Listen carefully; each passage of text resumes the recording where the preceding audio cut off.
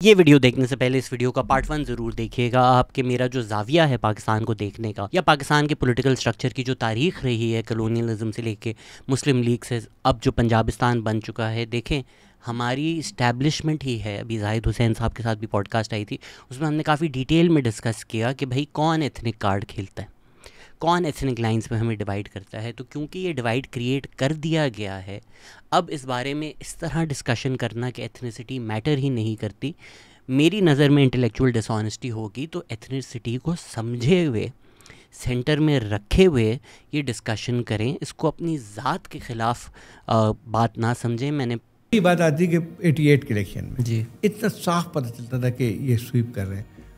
अब तो खैर इसमें ढकी छुपी तो हमीद गुल ने ऑन द रिकॉर्ड कहा है कि हमने आईजीआई बनाई थी, आईजीआई बनी थी। और उसके बाद जो है, जब उसके बावजूद भी मैं वही बात करता हूँ कि बात चीज़ों को आप तमाम तर कोशिशों के भी वो नहीं कर सकते हैं। बहुत कोशिश की तो भी जो है क्या कहते हैं, जो पीपल्स पार्टी को उस तरह से रोक नहीं सके थे। तो अब लेकिन उनको ये था कि अगर इख्तियार में आती है पीपल्स पार्टी, लेकिन पंजाब नहीं देंगे। यानी कमाल है कि जो जिस तरह से इलेक्शन में 2 दिन बाद जाग पंजाबी है ते पगड़ी पे अलग गया दाग, वो पंजाबी में जो तो मसला ये आता है कि ये किसने नारा दिया था। और मसला ये है कि आपने बेनज़ीर को हुकूमत तो दे दी थी, उसके बाद पंजाब जो है सबसे बड़ा सूबा, तो आपकी हुकूमत तो इनफेक्टिव हो गई ना। पूरे एक मुस्तकिल एक जंग थी, यानी थ्रू आउट की इनकी थी थ्योरी के पंजाब में इसकी हुकूमत नहीं बनने देंगे। जो मुल्क को तकसीम जो किया है इन्होंने, तो इस्टेब्लिशमेंट ने किया है। सवाल लोगों का है ना, जेन्युइन एक कंसर्न है आजकल कि क्यों पंजाबी को गाली पड़ती है। तो या तो हम इसको एक रिटोरिक क्वेश्चन समझकर आगे जाने दें, या तो समझने की कोशिश करें और फिर लोगों की जो अपनी आइडेंटिटी है उससे थोड़ा बाहर निकलकर लोग पाकिस्तान का रियासती ढांचे को समझें और किस तरह रियासत हम सबको एक दूसरे के ख़िलाफ़ बांट रही है, ताकि हम मिलकर इस एलीट स्टेटस को के ख़िलाफ़ आवाज़ ना उठाएं, उस इस्टेब्लिशमेंट के ट्रैप से बाहर निकलकर पाकिस्तान को देखें, पाकिस्तान को समझें। यही मकसद है। ये मकसद बिल्कुल नहीं है कि जायज़ पड़ रही है। मैंने पिछली वीडियो में भी बार बार कहा, कंडेम किया, वो तो दूर की बात ना कि कोई टेररिस्ट नाहक किसी इनोसेंट इंसान का गला काटता है, वो पंजाबी हो, सिंधी हो, जो भी हो, उसको तो कोई डिफेंड करने का सोच भी नहीं सकता। उसको तो जितना कंडेम किया जाए कि वो कम है। मैं तो कह रहा हूँ कि जो गाली भी पड़ती है, मैं तो उसको भी कंडेम करता हूँ कि, और मैं बाकी जो सूबे के लोग हैं, आपको भी यही इसी वीडियो के साथ समझाना चाह रहा हूँ कि आम पंजाबी की गलती नहीं है। जो सेंटर में ताकत में एक एलीट है, एक इस्टेब्लिशमेंट है, उसकी गलती है। तो इस वीडियो में हम ज़रूर कोशिश ज़रूर करेंगे, क्योंकि जब ये एथनिक क्वेश्चन या एथनिक डिबेट होना शुरू हो जाती है तो दूसरी तरफ से भी थोड़ी मेरी नज़र में सिंपलिस्टिक रिडक्शनिस्ट बातें होती हैं कि पंजाब अलग कर दो, फिर पंजाब से जो ये पैसे बनते हैं ये बनते हैं। कोशिश मेरी होगी कि ये जो सिंपलिस्टिक सी डिबेट हो रही है, इसमें थोड़ा नुआंस लाएं, इसमें थोड़ा डेटा लाएं, इसमें थोड़ा सा एविडेंस लाएं। मेरी पिछली वीडियो में भी लोगों ने इंडिविजुअल्स पे थोड़ा ज़्यादा फोकस किया। मैंने कमेंट्स देखे, मुझे जो गालियाँ पड़ी वो भी मैंने देखी। पर देखिए, मैं अगर सिर्फ केटर करता रहूँ, मेरी सबसे ज़्यादा जो ऑडियंस है इस पेज पे वो कराची से आती है। As a Karachiite, as a born and bred Karachiite, जो मुझे लगता है कि कराची के सियासी बयानिए में गलतियाँ हैं, मिसनोमर्स हैं, मैं वो खुलकर बात करता हूँ। एक पूरी सीरीज़ भी बना रहा हूँ। तो इसी तरह पंजाब के जो मेरे भाई बहन हैं, प्लीज़ इस आइडेंटिटी से बाहर निकलकर या लोगों की इंडिविजुअल आइडेंटिटी पे इस डिस्कशन को रिड्यूस करने के बजाय स्ट्रक्चरल जो मसला है उसको समझें। उसमें अगर एक बलोच, एक सिंधी आ जाएगा, उससे स्ट्रक्चर नहीं बदल सकता। मेरे ख़्याल में जो one of the most intelligent public policy people Pakistan has maybe ever had, Rafiullah Kakar sahab, उन्होंने भी पिछली वीडियो देखी। उसके बाद उन्होंने भी एक वॉइस मैसेज भेजा था। उनकी इजाज़त से थोड़ा सा मैं आपको सुना भी देता हूँ, क्योंकि ज़ाहिरी बात है मेरे से वो कई ज़्यादा अक्लमंद हैं, तो मेरे से वो कई ज़्यादा बेहतर तरीके से ये बात आपको समझा सकते हैं।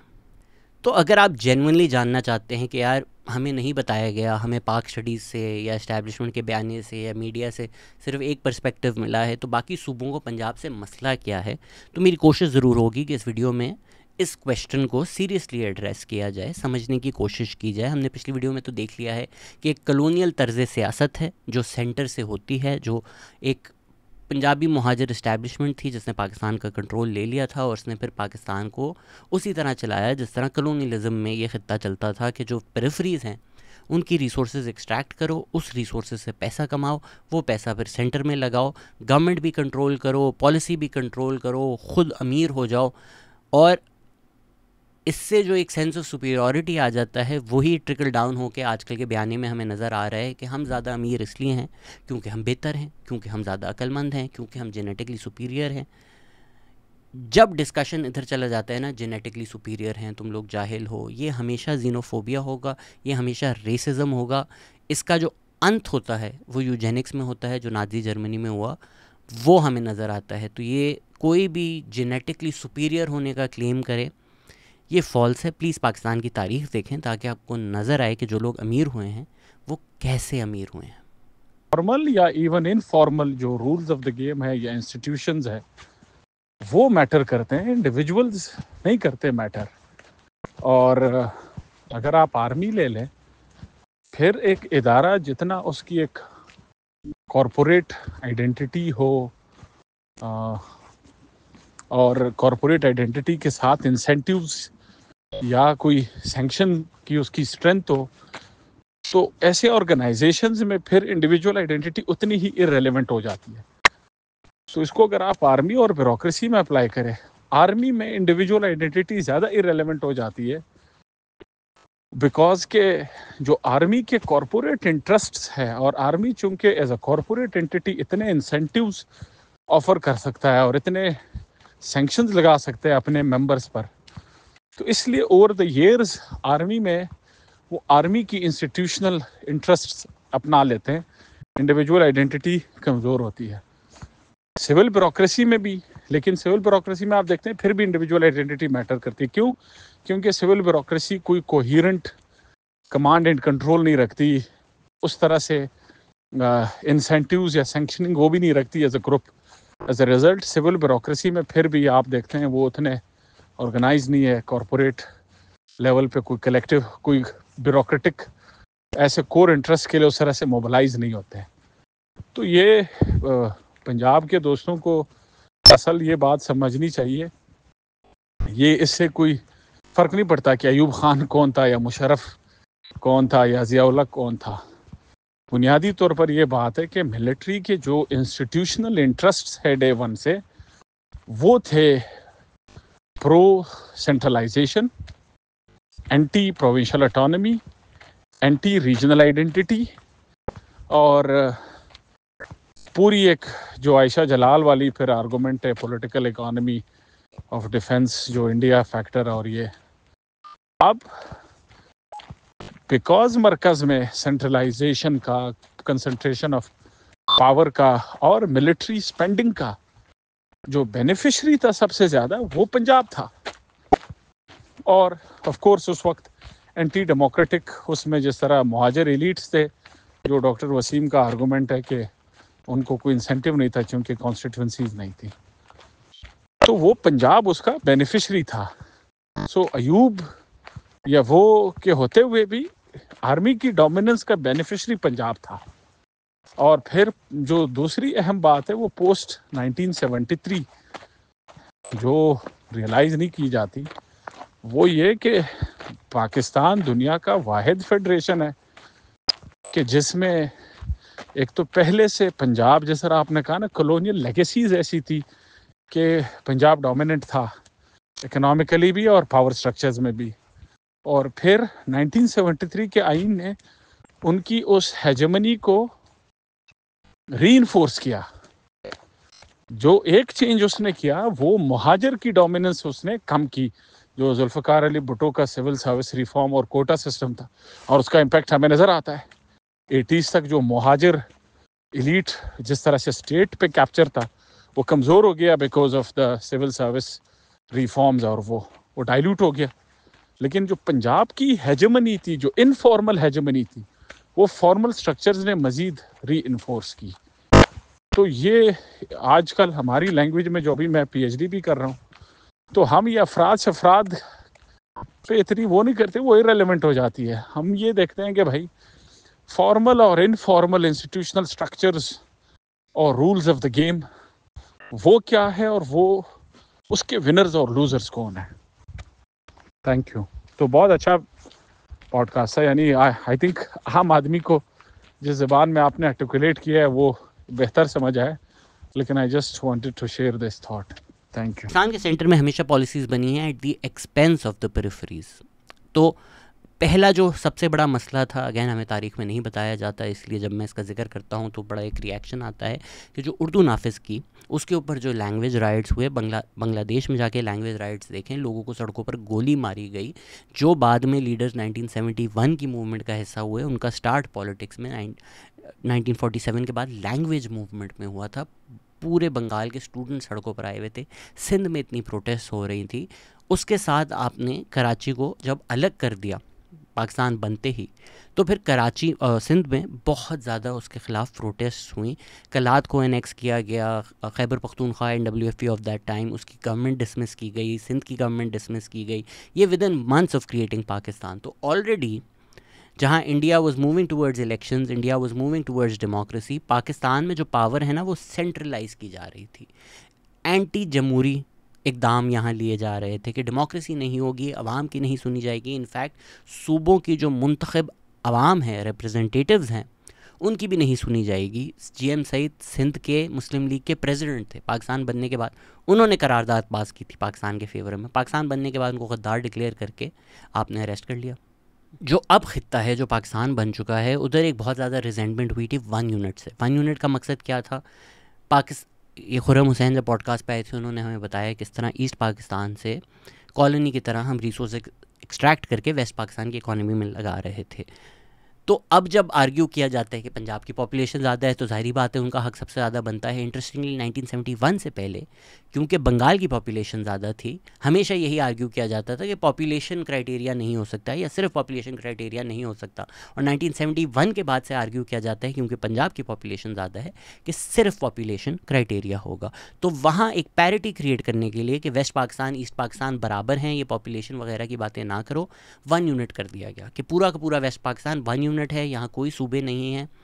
आप अगर सच में तारीख पढ़ें तो बलूचिस्तान में एक जंग हुई इसके ख़िलाफ़, सिंध में इतनी मैसिव प्रोटेस्ट हुई इसके ख़िलाफ़, खैबर पख्तूनख्वा में तो पहले से ही शुरू हो गई थी। बादशाह खान की जो एक मूवमेंट चल रही थी, वहाँ आप देखेंगे बाबरा ग्राउंड में एक मैसेकर हुआ। खुदाई खिदमतगार तो क्लेम करते हैं कि 150 से 400 तक लोग मार दिए गए, स्टेट ने डायरेक्ट गोलियां चलाई। तो इस तरह हुकूमत की जा रही थी। तो अगर सूबों की एक रिजेंटमेंट है कि यार हमें तो अगर हमारी शनाख्त मिटा रहे हो, हमारी ज़बान मिटा रहे हो, फिर हम शिकायत करें तो हमें गोलियां मारी जा रही हैं। और कौन कर रहा है? ये सेंटर कर रहा है अगेंस्ट द प्रोविंसेस। इसमें जो एक इंडिविजुअल आइडेंटिटीज़ हैं, शख्सियात की, वो मैटर नहीं करती। जो स्ट्रक्चर, जो ढांचा, जो पॉलिटिकल स्ट्रक्चर पाकिस्तान का बन चुका है वो मैटर करता है। मैंने पिछली वीडियो में, अगर किसी ने नहीं देखी, उसमें अगर ये शिकायत होगी कि अयूब खान की शनाख्त क्या थी, याया खान की शनाख्त क्या थी, सिकंदर मिर्ज़ा की शनाख्त क्या थी, वो पिछले वीडियो में मैंने एड्रेस कर ली है। अगर आप अभी वही कमेंट करना चाह रहे हैं तो पहले पिछली वीडियो देख लें ये पॉज करके। और भुट्टो साहब पे भी ये एक बात जो तारीख में मुअम्मा रहेगी, मुझे समझ नहीं आती उनकी, कि भुट्टो साहब के पास बड़ी अच्छी अपॉर्चुनिटी थी कि जो फेडरल, जो वफाकी निज़ाम वो बना रहे थे, उसमें पंजाब की जो इनफॉर्मल हेजेमनी थी उसको थोड़ा डाइल्यूट करते, जिस तरह मुहाजिर्स की उसने की through civil service reforms partially. लेकिन उसने ऐसा क्यों नहीं किया, ये आई थिंक इसकी अगेन ये उसके सिंधी या उसका मसला नहीं है, ये उस स्ट्रक्चर को समझना होगा। तो दो जो मुझे समझ आती है कॉन्स्ट्रेंट्स, एक दो जगह मैंने ये पढ़ा था कि शायद ऑलरेडी वो जो पंजाब डोमिनेटेड आर्मी थी वो उससे बड़ा नर्वस था, इनसिक्योर था कि भाई अगर मैं इतना कर दूं तो कुछ ज़्यादा हो जाएगा, इतनी कोई रिफॉर्म्स है उसको वो होने नहीं देंगे। दूसरा आई थिंक उस वक्त वो थोड़ा सा अब ये मेरी असेसमेंट है, वो फोर्स ही नहीं कर रहा था any major challenge to his political clout in Punjab. उस वक्त पंजाब में भुट्टो के लीडर का तो मुकाबले का तो कोई लीडर ही नहीं था। तो आई थिंक ही थॉट कि ये फॉरएवर कि यानी पंजाब की डोमिनेंस भी मेरे फेवर में जाएगी, I can bank on this.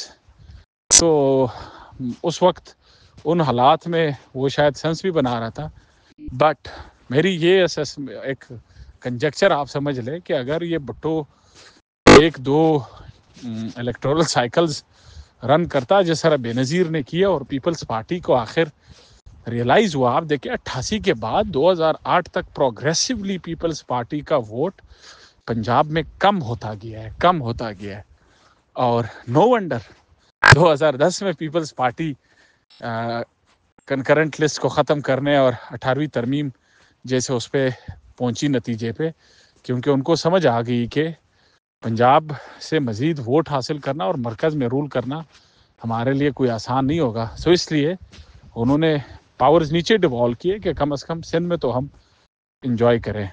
तो भुट्टो साहब उस वक्त आई थिंक ये फोर्सी नहीं कर रहे थे, वो समझ रहे थे कि उनकी फॉरएवर पंजाब में इसी तरह अनकॉन्टेस्टेड रूल रहेगा। तो दूसरा ये मिलिट्री का एक फैक्टर है जो 1-2 जगह मैंने पढ़ा है कि वो उनको भी ज़्यादा ऑफेंड नहीं करना चाहते थे, बट आई डोंट नो, ये भी एक बात है। बट आई थिंक 73 में भुट्टो के पास बहुत ज़बरदस्त मौका था, if there ever was an opportunity, कि ये जो इन पावर इम्बैलेंसेस है रीजनल, इनको एट सोर्स कटेल किया जाए, कम किया जाए। वो 73 का आइन था।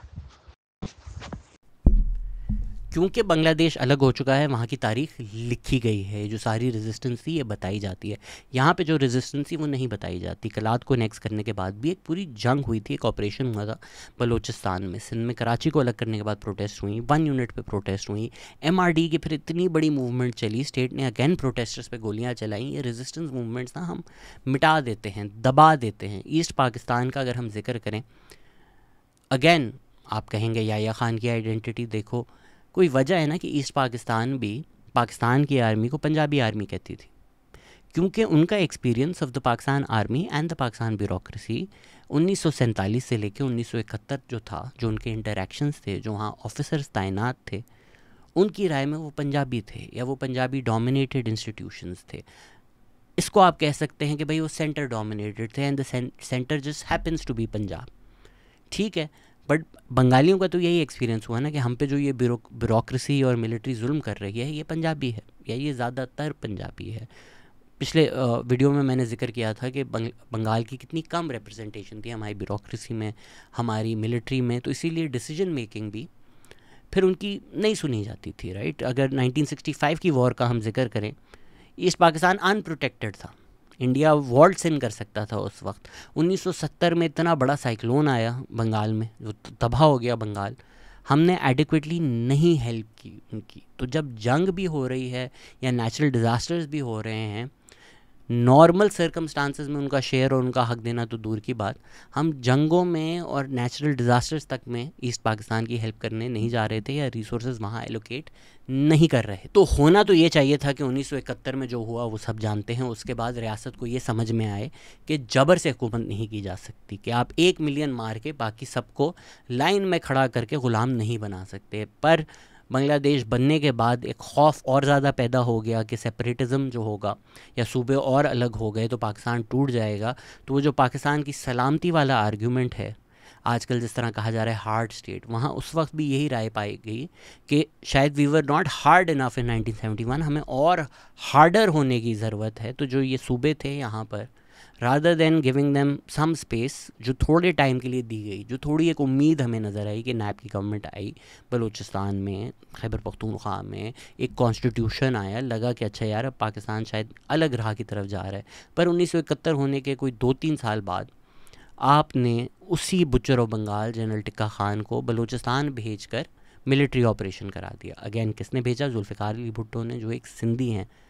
तस्लीम करता हूँ मैं इस बात को, लेकिन जो एक्सपीरियंस जिस तरह मैंने आपको कहा ईस्ट पाकिस्तान का रहा था, उसी तरह बलूचिस्तान का जो एक्सपीरियंस रहा है 1947 से लेके आज तक, उस एक्सपीरियंस में जो पंजाबी ऑफिसर्स ब्यूरोक्रेसी के, मिलिट्री के वहाँ तैनात होते हैं, उनके साथ जो इंटरेक्शंस रहते हैं आम आवाम का, उसकी वजह से उनका एक तासुब बन चुका है कि ये पंजाबिस्तान है। और फिर रिसोर्स एक्सट्रैक्शन भी जब होती है तो रिसोर्सेज एक्सट्रैक्ट करके पंजाब में ज़्यादा इन्वेस्ट होती हैं, तो इस वजह से ये तासुब बना हुआ है। इसका मतलब ये नहीं है कि सिंधीज़ भी वेलकम हैं। अभी BLA ने हाल ही में 5 सिंधियों का भी कत्ल किया, तो नफ़रत तो शायद मेरे ख़्याल से, खैर again we can't take the actions of terrorist and attribute that to the entire province और से कि सब बलोच इस तरह सोचते हैं, ऐसा नहीं है बिल्कुल।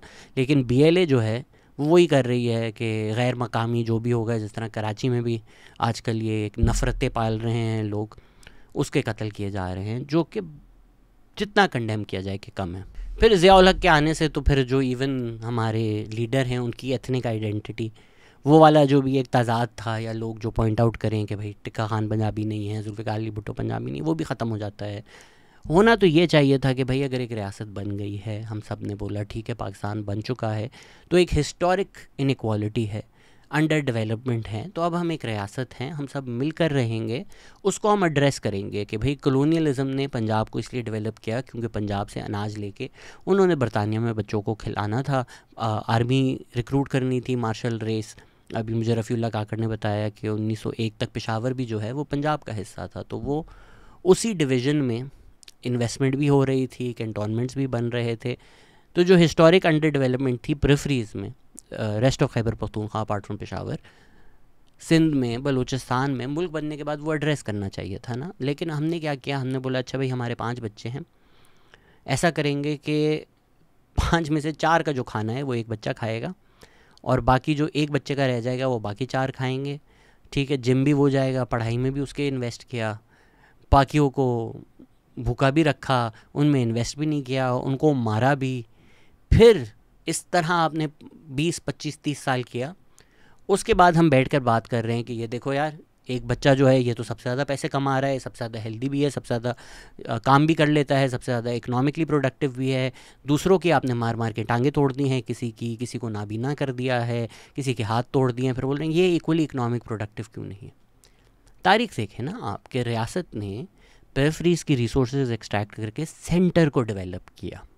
मैंने पिछली वीडियो में भी ये जिक्र किया था कि ईस्ट पाकिस्तान के लोगों को लगता था कि भाई पटसन की बू आ रही है इस्लामाबाद से, मतलब हमारी रिसोर्सेज एक्सट्रैक्ट करके आपने इस्लामाबाद बनाया है। एग्जैक्ट सेम आर्ग्यूमेंट यही कराची पे होती है कि भाई आपने पाकिस्तान बना है तो पाकिस्तान की जो सारी रिसोर्सेज थी वो आपने कराची में इन्वेस्ट करती ना, कि 2% भी नहीं थी मेरे ख्याल से पॉपुलेशन, फिर भी 50% पानी, 50% पब्लिक हाउसिंग का जो फ़ंड है वो कराची में जा रहा होता था। तो आज अगर आप बात कर रहे हैं कि भाई इकोनॉमिकली सबसे ज़्यादा प्रोड्यूस कर रहा है पंजाब, क्यों कर रहा है? एग्रीकल्चर है ना, सालों साल एग्रीकल्चर रही है, अब थोड़ा सा कम होता जा रहा है एग्रीकल्चर का शेयर, बट 75 साल आपका मेन पाकिस्तान का प्रोडक्ट, पंजाब का प्रोडक्ट एग्रीकल्चर रहा है। एग्रीकल्चर ने पंजाब बनाया है। क्यों पंजाब एग्रीकल्चर प्रोड्यूस कर रहा है? क्योंकि ब्रिटिश कॉलोनियल रिजीम ने पंजाब में इन्वेस्टमेंट की, पंजाब में कनाल्स बनाए, उसी का फ़ायदा पंजाब को मिला। तो they had a head start on all the other provinces. वो 1947 में ही कुछ करने से पहले ही बाकी सूबों से, बाकी इलाकों से बहुत ज़्यादा आगे था। पर फिर पाकिस्तान ने जो तरक्की की वो कैसे की? अमेरिका से भीख मांग के, अमेरिका से इमदाद लेकर।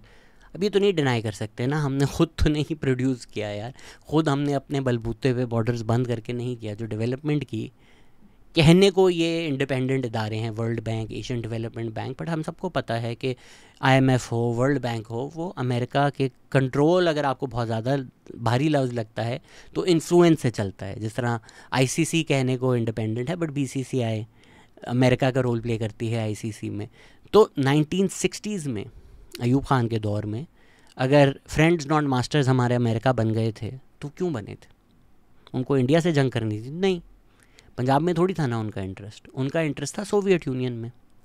सोवियत यूनियन के लिए कौन सी टेरिटरी इंपॉर्टेंट थी? खैबर पख्तूनख्वा। 1960 में जो U-2 प्लेन उड़ा है, जो was shot down in the Soviet union, वो पेशावर बेस से उड़ा था। तो आपने खैबर पख्तूनख्वा की जियो स्ट्रेटिजिक लोकेशन को इस्तेमाल करके अमेरिका को जाकर बोला कि सर हम ये आपको दे देंगे, यहाँ बेस बनाएं, आप यहाँ से स्पाई प्लेन्स उड़ाएं पेशावर से। तो खैबर पख्तूनख्वा की ज़मीन से आपने अमेरिका को इजाज़त दी, यहाँ से प्लेन्स उड़ाएं, उसके बदले में हमें फ़ायदे मिले, उसके बदले में हमें वर्ल्ड बैंक प्रोजेक्ट्स मिले, उसके बदले में हमें एशियन डेवलपमेंट प्रोजेक्ट्स मिले, उसके बदले में हमें डॉलर मिले। तो डेवलपमेंट हो रही है खैबर पख्तूनख्वा की जियो स्ट्रेटिजिक लोकेशन से, और डेवलपमेंट किसके लिए की जा रही है? सेंटर के लिए। अगेन मेरे ख्याल से बहुत सिंपलिस्टिक बातें की जाती हैं। मेरे ख्याल से गूगल मैप का सर्च करके लोग गुफ्तगू कर लेते हैं। जो 2 सबसे बड़े प्रोजेक्ट्स थे, मंगला डैम जो है वो आज़ाद कश्मीर में बनाया गया, तरबेला डैम जो है वो खैबर पख्तूनख्वा में बनाया गया। तो अब अगर आप कमेंट कर दें कि ये पंजाब में कैसे डेवलपमेंट हुई, वो देखें कश्मीर में बनाए, वो देखें खैबर पख्तूनख्वा में बनाए। पहले तो ये देख लें कि भाई डैम जहाँ बनता है उन लोगों का फ़ायदा नहीं होता, उन लोगों का नुकसान होता है। आज भी इनफैक्ट कुछ 10-15 साल पुरानी ख़बर है, आई एम श्योर ये आज तक सच होगी, कि तरबेला डैम के जो इफेक्टीज़ हैं, जो ज़मीन थी जहाँ तरबेला डैम आपने बनाया है, उनको आपने बोला था कि हम कॉम्पनसेशन देंगे। मेरे ख्याल से 470 मिलियन के करीब फिगर था। वो 10-15 साल पहले तक बोल रहे थे कि भाई पैसे ही नहीं मिले, खुदा का खौफ करो। अब वो कह रहे हैं कि भाई हमारी सारी जो ज़मीन थी, जो फर्टाइल लैंड था, जहाँ आपने फ्लड करके डैम बना दिया, हमें बिजली तो सस्ती दे दो। हमने आज़ाद कश्मीर में जो मंगला डैम बनाया उनसे भी हमने यही मुआहदा किया था कि हाँ आपको मुफ्त इलेक्ट्रिसिटी देंगे, इसलिए ये जो नुकसान हो रहा है, कोई 280 गांव डुबाने पड़े थे मंगला डैम बनाने के लिए। वो भी एग्रीमेंट पाकिस्तान ने फुली होल्ड अप नहीं किया है ओवर द ईयर्स। तो जहाँ डैम बनता है ना, उस इलाके का नुकसान होता है। इसीलिए अभी जो दामीर भाषा बन रहा है डैम, गिलगित बल्तिस्तान के जो लोग हैं जहाँ आपने ये डैम बनाना है वो खुश नहीं हैं। बी, आप ज्योग्राफी देखें, आप समझें कि ये डैम्स किस तरह बन रहे हैं, क्यों बन रहे हैं।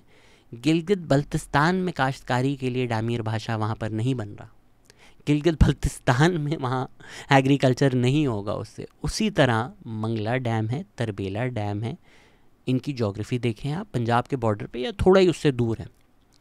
तो ये आज़ाद कश्मीर में एग्रीकल्चर करने के लिए या खैबर पख्तूनख्वा में एग्रीकल्चर करने के लिए नहीं डैम्स बन रहे। थोड़ा बहुत पानी वहाँ स्टोर होता होगा, उनका भी फ़ायदा होता होगा, बट मेन जो आपका फर्टाइल लैंड है, मेन जो आपका एग्रीकल्चर हार्ट लैंड है, जहाँ मेन आपने काश्तकारी करनी है, उसके लिए ये प्रोजेक्ट्स बनाए गए थे। झेलम के ऊपर है भाई तरबेला डैम, वो पंजाब है।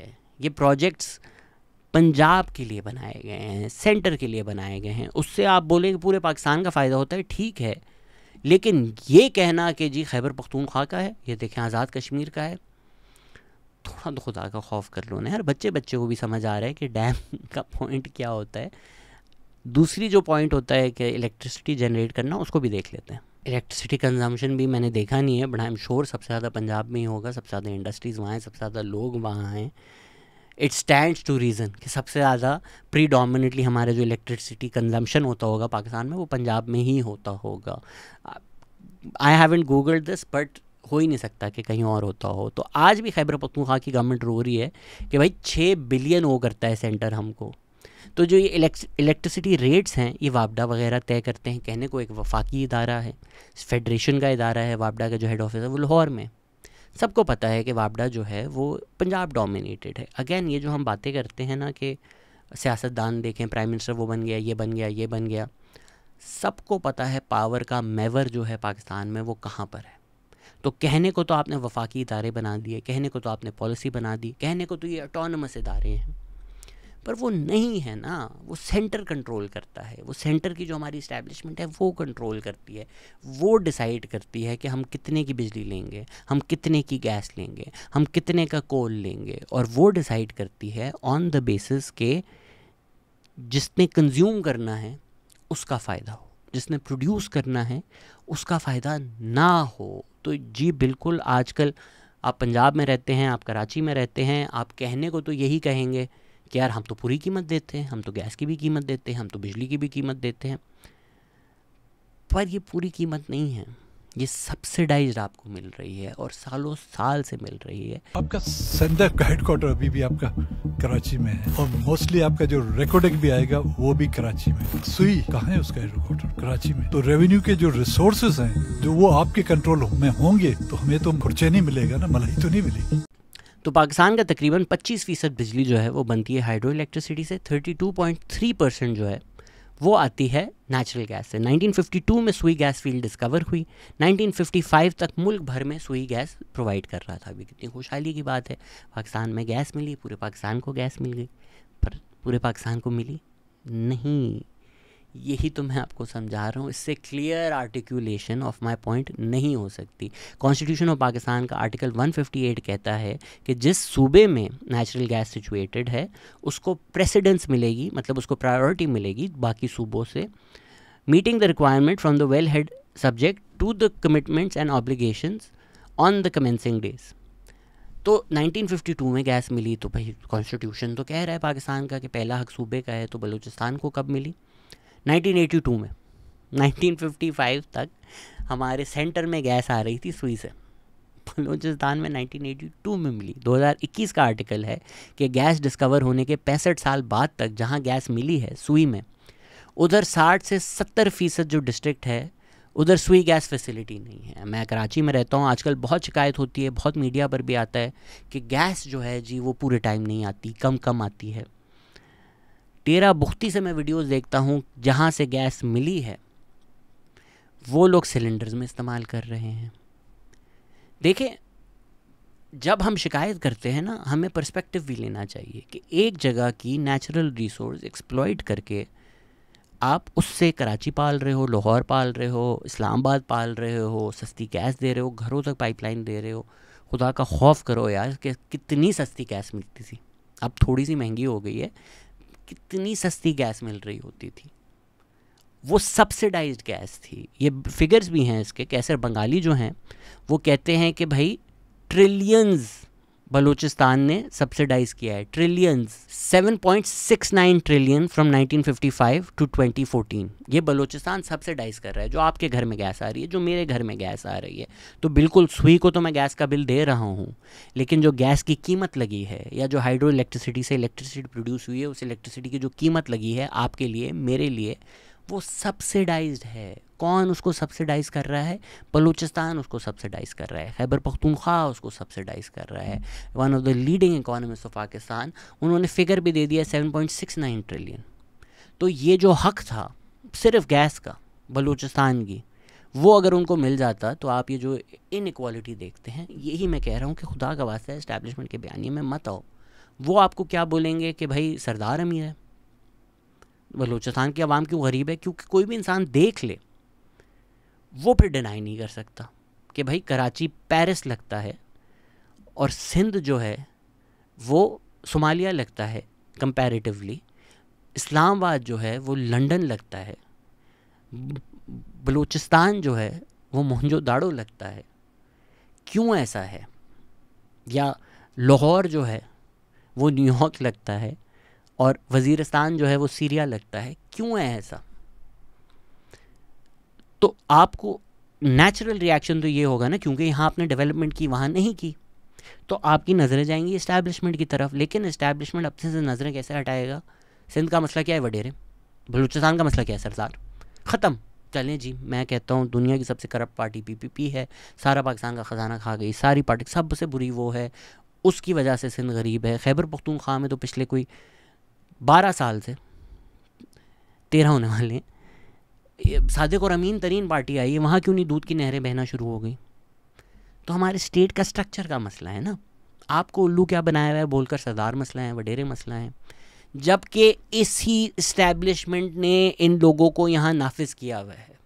ये जो मैं पूरी आर्ग्यूमेंट्स दे रहा हूँ, ये जो मैं पूरे फैक्ट्स एंड फिगर्स दे रहा हूँ, ये सीधे सीधे नल एंड वॉइड हो जाएंगे इसी बात से। एक सिंपलिस्टिक बात मैं कर दूं तो ये पूरी वीडियो का जो मकसद है वो दरिया को कूजे में बंद करने के बराबर होगा कि भाई अगर तो सेंटर नहीं एक्सप्लॉइट कर रहा, अगर तो उनकी जो रिसोर्सेज हैं उनको फेयर शेयर भी मिल रहा है और ये फालतू में रो रहे हैं और ये पाकिस्तान से नफरत करते हैं, पाकिस्तान तोड़ना चाहते हैं, गद्दार हैं, रॉ एजेंट हैं, तो ठीक है भाई, उनकी नुमाइंदगी उनको दे दो। अगर तो फेयर है सब कुछ, उनकी रजामंदी से सब कुछ हो रहा है, एग्रीमेंट्स हैं, मुआहदे हैं, सारी बातें आपकी मान ली, दे दो नुमाइंदगी। क्या ज़रूरत है बलूचिस्तान में इलेक्शंस रिक करने की? क्या ज़रूरत है पपेट्स बिठाने की बलूचिस्तान में? फेयर काम कर रहे हैं ना हम, उनके एग्रीमेंट से कर रहे हैं, उनकी रजामंदी से कर रहे हैं, जो हक बनता है सब दे रहे हैं, तो क्यों पपेट्स बिठाए हुए? क्यों इस्लामाबाद या रावलपिंडी बलूचिस्तान कंट्रोल करता है? उनके नुमाइंदों को बनने दो। अगर नहीं बनने दे रहे तो यही मकसद है ना कि कंट्रोल है। तो अगर इस्लामाबाद रावलपिंडी से सिंध कंट्रोल होगा, बलूचिस्तान कंट्रोल होगा, खैबर पख्तूनख्वा कंट्रोल होगा, इन सूबों के जो फ़ैसले हैं वो वहाँ लिए जाएंगे, वो फ़ैसले बताए जाएंगे और फिर इनको सर नीचे करके जी हजूर करना पड़ेगा। तो क्यों नहीं नफ़रत पैदा होगी सेंटर के लिए? Now that centre just happens to be in Punjab. Gas का अगर हम जिक्र करें, बलूचिस्तान का मैंने आपको बता दिया, सिंध का अब यही हाल है। इस वक्त जो मुल्क का मेरे ख्याल से 65% गैस है इस वक्त सिंध प्रोवाइड कर रहा है। एग्जैक्ट फिगर्स आपको बता देता हूँ। सिंध 1800 से 2000 MMCFD प्रोड्यूस कर रहा है और उसको 900 MMCFD मिल रही है, यानी जितना वो प्रोड्यूस कर रहा है उसकी आधी गैस भी सिंध को नहीं मिल रही है। सिंध के जो एनर्जी मिनिस्टर हैं उन्होंने बोला कि भाई सिंध की रिप्रेजेंटेशन तो होनी चाहिए बोर्ड ऑफ डायरेक्टर्स में, जो oil and gas related companies हैं फेडरेशन के अंडर, फेडरेशन की कंपनीज़ की बात हो रही है।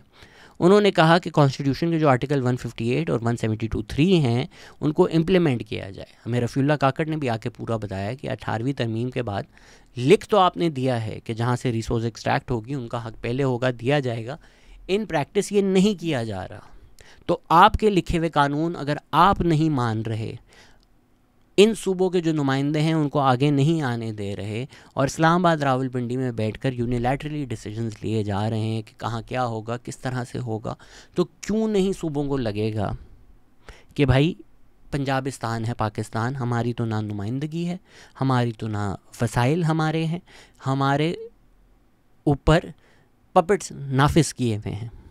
आप शेयर करना चाहता हूँ, मसलन ये आपके उसमें भी बड़े सवालात हैं कि जी कुदरती वसाइल आप ले लें। ये जितने ख्याल है मैं कुछ आपके सामने रखूंगा। मिसाल के तौर पर सेंधक, ये बात याद रखें, ये जो गैस और ऑयल के अलावा कुदरती वसाइल है, ये 18वीं तरमीम से पहले भी मुकम्मल कुली जुज़वी इख्तियार सूबों का था। 18वीं तरमीम ने ऑयल एंड गैस में 50% पार्टनरशिप दी है। मिनरल्स तो पहले ही सूबों के थे। सेंधक 2002 में हमने चाइनीज को दिया, वफाकी हुकूमत। और रेवेन्यू शेयरिंग अरेंजमेंट क्या आती कि 50% प्रॉफिट चाइना को जाता है, 48% इस्लामाबाद को, 2% हुकूमत बलोचिस्तान। आगाज हुकूक बलोचिस्तान पैकेज में ये कमिटमेंट हुई कि जी ये आपके हवाले किया जाएगा। 2012 में सेंधक का मुआहदा एक्सपायर हुआ। बलोचिस्तान हुकूमत ने इसको वापस लेने की कोशिश की, वफाक ने नहीं दी और इनको फिर आर्म ट्विस्ट करके 5 साल की जबरदस्ती एक्सटेंशन ले ली। और उसमें भी ये नवाब रेसानी, डॉक्टर मालिक, इन जैसे लोगों ने रजिस्ट किया। तो फिर वो जो मसनूई क़यादत जब ये लाते हैं उसके थ्रू ये करवा लेते हैं। 2017 में फिर ऐसे ही दौर में 5 साल के लिए मजीद एक्सटेंड किया। अभी 2022 में बाप के उसमें फिर मजीद एक्सटेंड किया। और बलूचिस्तान को वो कमिटमेंट देने के बावजूद ऑनरशिप इसलिए हवाले नहीं की, उनको इस बात पर ठरकाया कि चले जो इस्लामाबाद का 50%, 48% शेयर है, उसमें से हम 20-25% आपको दे देते हैं। बड़ा एहसान किया, मेरे ही उस पर आप कब्जा करके मुझे उसमें से शेयर देंगे। ये सेंधक की सूरत हाल है। सुई गैस की कहानी बड़ी वेल नोन है कि अर्ली 1950s में डिस्कवर होती है। ये जो 1960s की पाकिस्तान के एशियन टाइगर की बात है ना, इसके बैकबोन पे सुई का गैस था, बलोचिस्तान का गैस था। उस वक्त बलोचिस्तान, पाकिस्तान का 90% गैस प्रोडक्शन बलोचिस्तान से होती थी। Over the year second largest in the world when it was जी। डिस्कवर्ड। और बाकी सूबों में जब डिस्कवरी शुरू हुई तो प्रोपोर्शनेट शेयर तो कम हुआ, लेकिन वो बढ़ता गया। आज भी गैस की कंजम्पशन में बलोचिस्तान का शेयर 4% है। और ये पाकिस्तान की इकोनॉमिस्ट जिनका बलोचिस्तान से ताल्लुक नहीं है, कैसर बंगाली साहब, हमारे एक दोस्त है आसिम बशीर, वो भी कराची से, इन्होंने स्टडी की है।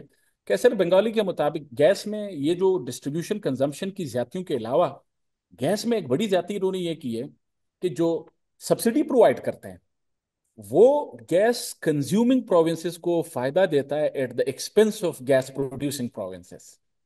कि आप मेरे माल पे, मेरे एक कुदरती वसाइल पे किसी और को सब्सिडी दे रहे हैं, मेरे से पूछे बगैर, मेरे से ओके बगैर, उसका लॉस मुझे हो रहा है। वो 1955 से लेके 2014 तक डॉली साहब ने जो कैलकुलेट किए, 7 से 8 ट्रिलियन रुपीज सिर्फ गैस की इस मद में, जो बलोचिस्तान, 7 से 8 ट्रिलियन सिर्फ बलोचिस्तान का शेयर, इसमें सिंध का भी शेयर है बाकी के, जो उनको लॉस हुआ है। अच्छा, उसके बाद आप आ जाएं जो सबसे इंपॉर्टेंट बात 18वीं तरमीम में एक बड़ी अचीवमेंट ये थी कि ऑयल एंड गैस पे 50% ओनरशिप सूबों की रिकॉग्नाइज की गई। आर्टिकल 172(3) को अमेंड किया गया। सूबों ने बड़ा सेलिब्रेट किया। वो आज तक उस पर इंप्लीमेंटेशन नहीं हुई। क्यों? वफाक रॉयल्टीज़ और सरदार जी वाली जो पूरी डिबेट है, ये सरदार अख्तर मैंगल भी जब आए थे, हमने डिटेल में उस पॉडकास्ट में ये चीज़ डिस्कस की थी। उन्होंने ये भी बोला कि सुई का जो हेड ऑफिस है वो कराची में। फिर आप कराची वाले बोलते हैं हम इतना टैक्स देते हैं। भाई हम सारी गैस वहाँ से लेकर, ट्रिलियंस की वहाँ से सब्सिडी लेकर, वो कराची में लाकर, कराची में सुई गैस कलेक्ट कर कर बोलने देखे कराची ने पैसा कमा लिया, कराची ने ये प्रोड्यूस किया है, कराची अभी ये पाल रहा है। सुई ने पाला है ना, लेट्स बी ऑनेस्ट, सुई ने पाला है। और क्योंकि आपको सच नहीं पता, क्योंकि ये तारीख आपको नहीं बताई जाती, इसकी वजह से एक बेहसी डेवलप हो गई है। मेरे लिए बड़ा आसान होता कि मैं सारी बातें इग्नोर कर कर मैं भी पॉपुलर्स बोलूँ, बिल्कुल सही कह रहे हैं आप, 8 बजे कैसे गैस बंद हो जाती है, 2 बजे तक कैसे गैस नहीं आती, 24 घंटे गैस आनी चाहिए, गैस के बिल देखें आप कराची में। पर जहाँ तक शिकायतें हैं, क्या बलूचिस्तान की शिकायत ज़्यादा बजा नहीं है? और अगर तारीख देखें, नवाब अकबर बुख्ती ने जब कहा कि भाई जॉब्स दें, राइट्स दें, निगोशिएट करें हमारे साथ जो अग्रीमेंट्स है, रीनिगोशिएट करें इनको, लो फिर गौरी आया कर दिया मुशर्रफ ने, मिसाइल मार के उनका कत्ल कर दिया। आज बीज वो जो आग लगी थी बलूचिस्तान में, वो आज तक लगी हुई है। क्यों? क्योंकि वो अपने हक मांग रहे थे। अब जो लोग हैं ना, हमारी आंखें खुल गई हैं, तो आप लोगों को समझ आ रहा है। उस वक्त तो भंगड़े डाले जा रहे थे, उस वक्त सेलिब्रेट हुआ था। नवाब अकबर बुख्ती का जो मर्डर है वो सेलिब्रेट हुआ था। इनफैक्ट आज भी कराची में आप लोगों से बात करें तो बोलते हैं सबसे गोल्डन पीरियड था जनरल परवेज़ मुशर्रफ का। क्यों? क्योंकि आप बलूचिस्तान में सिविल वॉर कर रहे थे, वहाँ से रिसोर्सेज एक्सट्रैक्ट कर रहे थे। मुझे अच्छी तरह बचपन में याद है, हम इतने खुश थे कि सीएनजी इतनी सस्ती मिल रही थी। क्यों इतनी सस्ती मिल रही थी? कराची की गाड़ियाँ क्यों सब्सिडाइज़ की जा रही थी नेचुरल गैस से? मुशर्रफ ने बोला कराची के लोग खुश रहेंगे, सीएनजी इनकी गाड़ियों में लगा दो, फूक दें ये लोग, घूमें फिरें, ऐश करें, सी व्यू जाएँ। और पैसा कहाँ से आ रहा था? जो कराची के अंडरपास बन रहे हैं, डेवलपमेंट हो रही है, कहाँ से पैसा आ रहा था? अमेरिका से। अमेरिका से क्यों पैसा आ रहा था? क्योंकि हम अमेरिका की जंग लड़ रहे थे। कहाँ लड़ रहे थे? अफ़गानिस्तान में लड़ रहे थे। तो कौन सा सूबा इम्पोर्टेंट था? ज़िया-उल हक के दौर में जो सारा पैसा आया जिससे डेवलपमेंट हुई, जनरल परवेज़ मुशर्रफ के दौर में जो सारा पैसा आया जिससे डेवलपमेंट हुई, वो पैसा पाकिस्तान में आया खैबर पख्तूनख्वा की वजह से। क्योंकि आपने अफ़गानिस्तान में अमेरिका के कहने पे जंग लड़नी दी, अमेरिका से डॉलर्स आ रहे थे, खैबर पख्तूनख्वा को आपने एक जिहादी फैक्ट्री बना दिया था, वहाँ आप लोगों को जिहाद करने भेज रहे थे, जंग कर रहे थे, वहाँ टेररिज्म था, टीटीपी था, जल रहा था वो सूबा। उससे जो डॉलर्स आ रहे थे आप कराची, लाहौर, इस्लामाबाद में लगा कर पार्टी कर रहे थे और लोग बड़े खुश थे कि यार जनरल परवेज़ मुशर्रफ से तो बेहतर कोई इंसान ही नहीं है। तो जब आधा मुल्क आपका जलेगा और बाकी आधे मुल्क में रेव्स होंगी, पार्टीज़ होंगी और टीवी पर आएगा कि अवाम तो खुशी से भंगड़े डाल रही है, और 7 लोग अपनी खिड़की से बाहर देखेंगे और बोलेंगे हमारे तो घर जल रहे हैं आपके भंगड़ों के लिए, तो वो यही सोचेंगे ना कि यार भाई हम कमतर लोग हैं, हम नहीं हैं इंसान के बच्चे, यहाँ पर यही इंसान के बच्चे हैं, इनके लिए ही हैं हम गुलाम हैं। तो क्यों नहीं उनके लिए नफ़रत होगी? यही हुआ। देखिए मीडिया भी एक सतून बन चुका है अब रियासत का, 5th स्टेट अगर उसको कहते हैं हम। सिंध बलूचिस्तान अंडर वाटर था, महीनों तक अंडर वाटर था, लोग डूबे हुए थे, कुछ नहीं था उनके पास, मर रहे थे। टीवी चलाओ, तोशाखाना, घड़ी, इमरान खान, मोटरकेड। तो जो अंडर वाटर है, जिसने अपने बच्चों को मरते हुए देखा है, वो जब टीवी चलाएगा वो बोलेगा हम तो नहीं इंसान के बच्चे, हम तो इस पाकिस्तान का हिस्सा नहीं है कि हमें कोई इंपॉर्टेंस दे। अब इस मिसाल से मैं आपको ये भी समझाऊंगा कि क्यों ये वफाकी निज़ाम नाकाम है। अब ज्यादा से ज्यादा जब आप किसी मुल्क में हकूक का दिफा करते हैं, सबसे बड़ी तसल्ली क्या होती है? आइन में अमेंडमेंट। अब आइन से बड़ी जमानत या जामिन क्या हो सकता है? आइन में अमेंडमेंट आ गई। पहले वफाक ने कहा कि जी ये एग्जिस्टिंग कॉन्ट्रैक्ट्स पे नहीं अप्लाई होता, चले एग्जिस्टिंग कॉन्ट्रैक्ट्स एक्सक्लूड हो गए। फिर खुदा का करना हुआ कि बलूचिस्तान के जो सबसे बड़ा गैस का जखीरा है सुई में, पीपीएल के साथ वो मुआहदा था, वो 2015 में एक्सपायर हो गया। तो उस वक्त डॉक्टर मालिक और इन्होंने शोर मचाया कि चल अब तो एक्सपायर भी हो गया भाई, अब ये जरा आ जाएं, पहले 50-50 ओनरशिप लेते हैं, फिर हम मुश्तरका डिसाइड करेंगे कि ये किसको कॉन्ट्रैक्ट हमने देना है। लो एंड बिहोल्ड, वफाक ने वो बात नहीं मानी। हर साल यूनिलैटरली, गैर आईनी, गैर कानूनी तौर पर 1-1 साल की उसको एक्सटेंशन देते हैं। ये मामला, अब बलूचिस्तान के पास क्या ऑप्शन है ना, ये जब कहते हैं कि जी बलोच सियासतदान हकूक के, डॉक्टर मालिक ने उस वक्त ऑयल एंड गैस के नए एक्सप्लोरेशन ब्लॉक किए इन प्रोटेस्ट, वफाक को खत लिखे, सीसीआई में इशू उठाया, कोई हल नहीं हुआ। फिर बलूचिस्तान के सेनेटर्स ने सेनेट में ये इशू उठाया कि जी आप तो हाउस ऑफ द फेडरेशन है, कस्टोडियन है। सेनेट के चेयरमैन रजा रबानी है, इंटरप्रिटेशन के लिए उनके पास मसला गया कि जी ये वफाक और सूबों की इंटरप्रिटेशन में इख्तलाफ है, आप इंटरप्रेट करें, आपने आइन बनाया था, ये तरमीम आपने की थी। चेयरमैन सेनेट ने, पार्लिमान पाकिस्तान ने उस पे तमाम पार्टीज को बुलाया, वफाक सूबों को, और एक डिटेल्ड रूलिंग दे दी। उस रूलिंग में सूबों का मौकफ सही तस्लीम किया, उस पे जीरो इम्प्लीमेंटेशन। यह मामला सुप्रीम कोर्ट में गया। सुप्रीम कोर्ट के पास जब भी वफाक और सूबों का कोई मसला गया है, सुप्रीम कोर्ट ने सेंट्रलिस्ट पोजीशन ली है, उसने सेंट्रलाइजेशन को फेवर किया, उसने वफाक की उसको वो किया। इसीलिए मैं अमंग अदर्स ये जो अभी 26वीं आईनी तरवीम में कॉन्स्टिट्यूशनल कोर्ट और कॉन्स्टिट्यूशनल कोर्ट में पैरिटी की बात है सूबों की, मैं बिल्कुल इसकी हिमायत करता हूं। जब भी सुप्रीम कोर्ट के पास सेंटर प्रोविंस रिलेशन से मुतालिक कोई इशू गया है, उसने हमेशा एक सेंट्रिस्ट पोजीशन ली। तो अब मुझे जरा ये बताया, जितने इंस्टीट्यूशनल एवेन्यूज हुकूमत बलोचिस्तान के पास अवेलेबल थे वो सब ट्राई किए, कोर्ट, सेनेट, पार्लिमानी कमेटी, सीसीआई, अपने इख्तियारात थे कि बंद कर चीजें वो बंद की। यहां तक कि बाप जैसी हुकूमत ने, जो बाप आपकी मर्जी की हुकूमत, उसने भी इसको, इन्होंने बड़ी कोशिश की पीटीआई के दौर में, असद उमर साहब ने, इमरान खान साहब ने नहीं तस्लीम किया, उन्होंने कि हम नहीं मानते। आज अभी कोई 2 हफ्ते पहले मुझे मीडिया में खबर आई कि वो पीपीएल ने बिलाखिर कोई एग्रीमेंट साइन किया है, मुझे उसकी डिटेल अभी पब्लिक नहीं है, लेकिन सिर्फ पिछले 7 साल की अगर मैं बताऊं, कोई 60 अरब रुपए का पीपीएल जो है उसने बलूचिस्तान के पैसे देने हैं। और उसके ऑन टॉप ऑफ दैट वो कॉरपोरेट थेफ्ट के माहिर बन चुके हैं। जाहिर बात है, स्टेट ऑन्ड इंटरप्राइजेज और उनकी रिसोर्स, वो अपने डेटा वगैरह शेयर नहीं करते कि बलूचिस्तान गवर्नमेंट रिकनसाइल कर सकें। तो इन सब बातों से मैं बताना ये चाहता हूं कि जो 18वीं तरमीम, आईनी तरामीम करके भी ये जो कुदरती वसाइल के हवाले से कि बलोचों के कंसर्न्स एड्रेस करें, उसकी अमली अमल दरामद की ये सूरत हाल है, जिसकी वजह से जो उसका इंटेंडेड इम्पैक्ट आना है वो इम्पैक्ट नहीं आ सका है। ये कुछ पाकिस्तान के तल्ख हकायक हैं, लेकिन इसको सिंपलिस्टिक बता देंगे कि हम पालते हैं, हम अक्लमंद हैं, हम सबसे बेहतर हैं, हम सबसे ज़्यादा प्रोड्यूस करते हैं। आज से 15 साल बाद आप बोलोगे सिंध तो एग्रीकल्चर प्रोड्यूस ही नहीं कर रहा, तब मेरे जैसा कोई लूगा पट्ठा बैठकर पॉडकास्ट बना रहा होगा कि भाई इसलिए नहीं कर रहा क्योंकि आपने जब चोलिस्तान कनाल बनाए, आपने सिंध में कहत कर दिया, सिंध को बर्बाद कर दिया, सिंध की जो एग्रीकल्चर ज़मीन थी उसको बंजर कर दिया। पानी का भी एग्जैक्टली यही मसला है। नसीर मेमन जब पॉडकास्ट पे आए थे, उन्होंने बताया इंडस वाटर ट्रीटी जब नेगोशिएट हो रही थी, सिंध का रिप्रेजेंटेटिव वहाँ पर नहीं था। आप जब फैसले लेते हो जो पाकिस्तान के लिए हैं, देखिए पाकिस्तान के लिए जो बेहतर है वो आपका फ़ैसला तो नहीं हो सकता, वो पाकिस्तान का फ़ैसला होना चाहिए ना।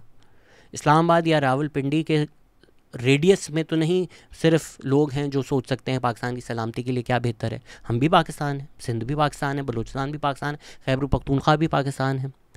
तो शायद उनकी भी कोई राय हो सकती है कि मुल्क की सलामती के लिए क्या बेहतर है। मुल्क की सलामती के लिए इन्हीं सूबों ने हर दफ़ा कुर्बानी देनी होती है। तो अब ये जो चोलिस्तान कनाल प्रोजेक्ट है, इसमें आपको वाज़े नज़र आ रहा है, मैं जो ये सारी बातें कर रहा हूँ, कि पूरा का पूरा सिंध जो है वो खड़ा हुआ है। और एक राय पाई जाती है सिंध तो ज़हनी गुलाम है, पीपीपी कंट्रोल करती है इनको। पीपीपी हक में थी, पीपीपी ने साइन ऑफ कर दिया था, गुलाम है, ज़हनी गुलाम है सिंधी। पूरा सिंध उठ खड़ा हुआ, वो बोला पीपीपी की भी ऐसी की तैसी, रियासत की भी ऐसी की तैसी, कनाल तो नहीं बनेंगे। पूरे के पूरे सिंध ने महीनों प्रोटेस्ट की। आप फिर उसकी तारीख देखें, मैं वीडियोस बना चुका हूँ, मैं पानी के इशू में डिटेल में नहीं जाऊँगा। आपने जो आपके कॉन्स्टिट्यूशनल इदारे हैं, जो ट्रीटीज़ हैं, उनको पामाल करके, उनको बेंड करके, उन पे अपना पावर जमा कर, ठीक है, इरसा को कंट्रोल कर कर एक प्रोजेक्ट साइन ऑफ किया। वो प्रोजेक्ट जो सिंध के लिए इतना नुकसानदेह है कि सिंध बर्बाद हो जाएगा, मिलियंस विल गेट अफेक्टेड, क्यों किया आपने? चोलिस्तान की आवाम के लिए किया? नहीं किया चोलिस्तान की आवाम के लिए, क्योंकि वो ज़मीन तो आप बेचना चाह रहे हैं इन्वेस्टमेंट के लिए। ऐसा तो नहीं है कि यार चोलिस्तान के लोग उससे अमीर हो जाएंगे। जिस तरह गवादर बनने से गवादर के लोग तो नहीं अमीर हुए, उसी तरह चोलिस्तान कनाल प्रोजेक्ट बनने से चोलिस्तान की आवाम नहीं अमीर होगी। इसीलिए जो एक पंजाबी एलीट है वो मसला है, जो इस्टेब्लिशमेंट है वो मसला है, वो आम पंजाबी के फ़ायदे के लिए भी नहीं करती। वो चोलिस्तान के गरीब फार्मर के लिए चोलिस्तान कनाल प्रोजेक्ट नहीं बन रहा, कॉरपोरेट फार्मिंग के लिए बन रहा है, इन्वेस्टमेंट के लिए बन रहा है, अमीरों को बेचने के लिए बन रहा है। लेकिन बन तो पंजाब में रहा है ना।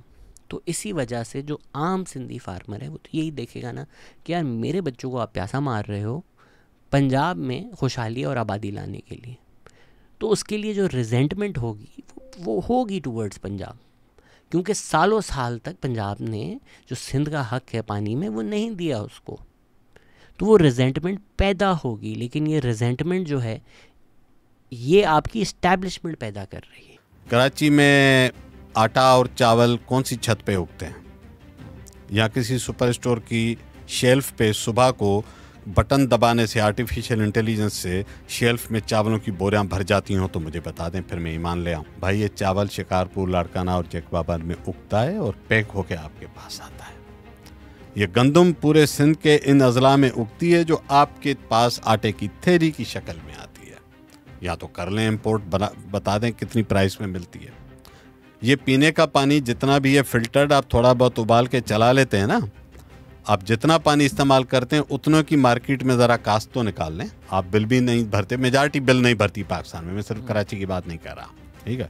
चले आप बिल भी भरते होंगे, पानी का कितना आएगा? 200-300 ही देते होंगे, 400 देते होंगे, शायद 500 देते होंगे। तो देते भी होंगे, वो थोड़े वो खांचों में देते हैं कि हमारे गली के अंदर एक है जो पंप चलाता है, तो वो खांचे का पैसा है, वो मीटर्ड बिल का पैसा नहीं है। ये अगर 10,000 का भी टैंकर कोई बेचता है, सोचें जिस दिन ये 50,000 का हो जाएगा, फिर सोचें जिस दिन आपको 500 रुपए किलो आटे की थैली लेनी पड़ जाए, फिर क्या होगा? जिस दिन आपको चावल 1,000 रुपया किलो मिलने लगे, कल से आपको कैसे लगेगा? जब शॉर्टेज होती है, टमाटर 300 किलो होता है तो जियो टीवी पे खबर आती है ना, तो जियो वालों ये तो नहीं बताते कि टमाटर के एरिया में पानी क्यों नहीं आ रहा जिसकी वजह से टमाटर नहीं उगता। तो आप पूरी कहानी तो नहीं बताना चाहते। आपको लगता है जुल्म है कराची के शहरों पे कि उनको टमाटर और आलू और प्याज इतनी महंगी मिल रही है। यस, मिल रही है। तो पीछे जिनको पानी नहीं मिलता और फसलें नहीं उगती, जब पूरा सिंध सैलाब में डूबा हुआ था, आधे से ज़्यादा एग्रीकल्चर का स्टैंडिंग क्रॉप सिंध का तबाह हो चुका था, तो फिर तो आपको पालक और धनिया मिलेंगे ना 500 रुपए किलो, फिर आप चिल्लाएं मत। तो देखिए मैं इसलिए कर रहा हूँ, सिस्टम इंटीग्रेटेड है। कराची का तमाम तर डिपेंडेंस और सर्वाइवल बाकी सिंध और सिंधु दरिया के साथ है। जैसे मैं कह रहा था कि भाई अगर पाकिस्तान की सलामती के लिए है तो अगर सिंध पाकिस्तान है तो सिंध की राय लो, हमारी भी सलामती है ना। ऐसा तो नहीं है कि पाकिस्तान की सलामती सिर्फ कुछ शहरों की सलामती है। यही इसी तरह बिल्कुल सीपैक है कि कहने को पाकिस्तान की तरक्की हो रही है। सरदार अख्तर मैंगल आए थे, उन्होंने बोला कि सीपैक के पैसों से जो है वो बलूचिस्तान में एक कमरा तक नहीं बना। गवादर अगर डेवलपमेंट हो रही है, पीसी जो है या एयरपोर्ट जो है वो बलूचिस्तान की आवाम के लिए नहीं बन रहा। वो आवाम का वहाँ फ़ायदा नहीं हो रहा, आवाम को तो पीने का पानी नहीं मिल रहा है यार वहाँ पर। कोविड का ज़माना था तो इस्लामाबाद आना जाना तो फ्लाइटें नहीं थी, तो बाय रोड में ट्रैवल करना शुरू किया। तो जब हम सिंध क्रॉस करके पंजाब में इंटरव्यू हुए, सर्विस स्टेशन थी वहाँ पे हम रुके, तो जो हमारे साथ 2 लोग थे, गार्ड थे या ड्राइवर थे, काम करने वाले, मुझे कहते साहब आप लोग तो सही कहते थे, मुल्क तो ये, हम तो किसी मुल्क में नहीं रहते, हम आप लोगों को गलत समझ रहे थे कि खामखा आप लोग सरकार के साथ पंगा ले रहे हैं, ये मुल्क है, हम तो अभी तक स्टोन एज में रह रहे हैं। आप सोच करें कि वो नौजवान जिसने चंद किताबें पढ़ी हैं, जिसने तालीम हासिल की है, काम करने वाले वो इस बात समझ सकते हैं, वो तो बेहतर अंदाज में समझ सकेंगे ना किसकी वजूहत क्या है। हम अगर इस मुल्क का हिस्सा हैं, अगर हम एक यूनिट हैं, तो एक यूनिट क्यों तबाह हाल क्यों है और बाकी यूनिट जो है ना ये शादबाद आबाद क्यों है। सीपैक को भी अगर आप देखें तो 2015 में जिस वक्त नवाज शरीफ की हुकूमत थी, सेनेटर्स ने कहा कि ये चाइना पंजाब कॉरिडोर है, जो रोड नेटवर्क्स बनाए जा रहे हैं वो पंजाब फेवर हो रहे हैं। बड़ी डिबेट हुई थी उस time for people who are not following the news कि western route, eastern route, western route favour किया गया कि पंजाब में उससे डेवलपमेंट होगी। एशिया टाइम्स, मेरी मत माने, एशिया टाइम्स की मान लें, 2016 में रिपोर्ट किया कि जो पहला फेज़ है उसमें 45.69 बिलियन मिलेंगे कंसेशनरी और कमर्शियल लोन्स में, जिसकी फाइनेंशियल फैसिलिटेशन जो है वो चाइनीज़ कंपनी करेंगी सिल्क रोड फंड के तहत। इसमें 33.79 बिलियन जो है वो एनर्जी प्रोजेक्ट्स के लिए है, 5.9 बिलियन जो है वो रोड्स के लिए है, 3.69 बिलियन जो है वो रेलवे नेटवर्क के लिए है, 1.69 बिलियन जो है वो लाहौर मास ट्रांजिट के लिए है, और 6 मिलियन गवादर पोर्ट के लिए है, और 4 मिलियन जो है वो फाइबर ऑप्टिक प्रोजेक्ट के लिए है। मतलब बलूचिस्तान में तो आप इंटरनेट नहीं दे रहे, तो ये फाइबर ऑप्टिक प्रोजेक्ट कहाँ ही लग रहे होंगे। तो ये पब्लिक ट्रांसपोर्टेशन अगर हम देखते हैं, लाहौर का बहुत खूबसूरत सा मेट्रो है, तो वो क्यों बन रहा है? लाहौर में मेट्रो बनाना तो चाइना का इंटरेस्ट नहीं था ना। चाइना का इंटरेस्ट है गवादर में कि यार आप रोड बनाएं, हमें गवादर तक एक्सेस दें, हमें पोर्ट यूज़ करना है। तो बलूचिस्तान की जियो स्ट्रेटेजिक लोकेशन को आप इस्तेमाल कर कर एक प्रोजेक्ट कर रहे हैं, उस प्रोजेक्ट में बलूचिस्तान की आप नुमाइंदगी भी नहीं ले रहे, आप लोग फैसले कर रहे हैं, और फिर उसके जो लोन्स आ रहे हैं, उसकी जो डेवलपमेंट आ रही है, उसका भी जो फोकस है वो ज़्यादा अगर पंजाब में रहेगा तो जो बलूचिस्तान के लोग हैं उनकी तो रिजेंटमेंट ही होगी ना। इनफैक्ट वहाँ के जो मछेरे हैं वो तो ये कहते हैं हमारा आमदनी जो है या हमारा जो ज़िंदगी चलती थी वो मछली पकड़ने से चलती थी, वो अब कम हो गई है क्योंकि चाइनीज़ ट्रॉलर्स आना शुरू हो गए हैं। अच्छा, गिलगित बल्तिस्तान के थ्रू चाइना से हमें एक्सेस मिलता है, और इंटरेस्टिंगली 33.79 बिलियन जो है उसमें से सोचें गिलगित बल्तिस्तान को कितना मिल रहा होगा इन एनर्जी प्रोजेक्ट से, क्योंकि वो हमें रूट दे रहे हैं ना, टिल चाइना एक्सेस दे रहे हैं, 0। तो एशिया टाइम्स ने रिपोर्ट किया कि बलूचिस्तान पाकिस्तान का लीस्ट डेवलप प्रोविंस है, और गवादर पोर्ट जो है वो सेंट्रल रोल प्ले करेगा सीपेक को, चाइना को एक शॉर्टर ट्रेड रूट देकर। उस प्रोविंस को मिल रहे हैं 8 प्रोजेक्ट्स, जो सेंट्रल रूट दे रहा है जिसकी लोकेशन चाइना के लिए सबसे ज़्यादा ज़रूरी है, उसको 8 प्रोजेक्ट्स मिल रहे हैं। पंजाब को कितने मिल रहे होंगे कि भाई जिस वजह से सीपेक हमें मिल रहा है, अगर उस सूबे को 8 मिल रहे हैं तो फिर पंजाब को शायद 2 मिल रहे हों। पंजाब को मिल रहे हैं 176, सिंध को मिल रहे हैं 103, खैबर पख्तूनख्वा को मिल रहे हैं 19। तो एशिया टाइम्स कह रही है, मैं नहीं कह रही, उनको जाकर पढ़ें आप, मुझे मत उठाएं। National forces in Balochistan and as also in other regions are saying the P in CPEC stands for Punjab not Pakistan. तो आप सारा पैसा पंजाब में लगाएं, रोड्स बनाएं, डेवलपमेंट करें, फिर बोलें देखें पंजाब सबसे ज़्यादा इकोनॉमिकली प्रोड्यूस कर रहा है, क्योंकि भाई इन्वेस्टमेंट सबसे ज़्यादा वहाँ हुई है। पहले ब्रिटिश कॉलोनाइजर्स ने कनाल सिस्टम में की, फिर पाकिस्तान बनने के बाद हम लोगों ने की, फिर अब रोड्स में सबसे ज़्यादा इन्वेस्टमेंट वहाँ पर हो रही है। तो जाहिर सी बात है ना, वो सबसे ज़्यादा इकोनॉमिकली प्रोग्रेस करेगा। अगेन इसका फ़ायदा जो है वो आम पंजाबी को हो जाता है, क्योंकि अगर आप लाहौर मेट्रो में ट्रैवल कर रहे हैं तो ये बहुत अच्छी चीज़ है। पब्लिक ट्रांसपोर्टेशन हमने उसको जलील किया अपनी घटिया सियासत चमकाने के लिए कि ये जंगला बस। पब्लिक ट्रांसपोर्टेशन गरीब आवाम के लिए सबसे ज़्यादा ज़रूरी है। जाकर देखो तो अब लाहौर में कितना आसान है public transportation compare to other cities. हम जो कराची हैं, अजाब है यहाँ पर पब्लिक ट्रांसपोर्टेशन। बहुत अच्छे प्रोजेक्ट्स हैं, बहुत ज़रूरी हैं, होने चाहिए, स्पेशली अर्बन सेंटर्स में तो एसेंशियल होने चाहिए।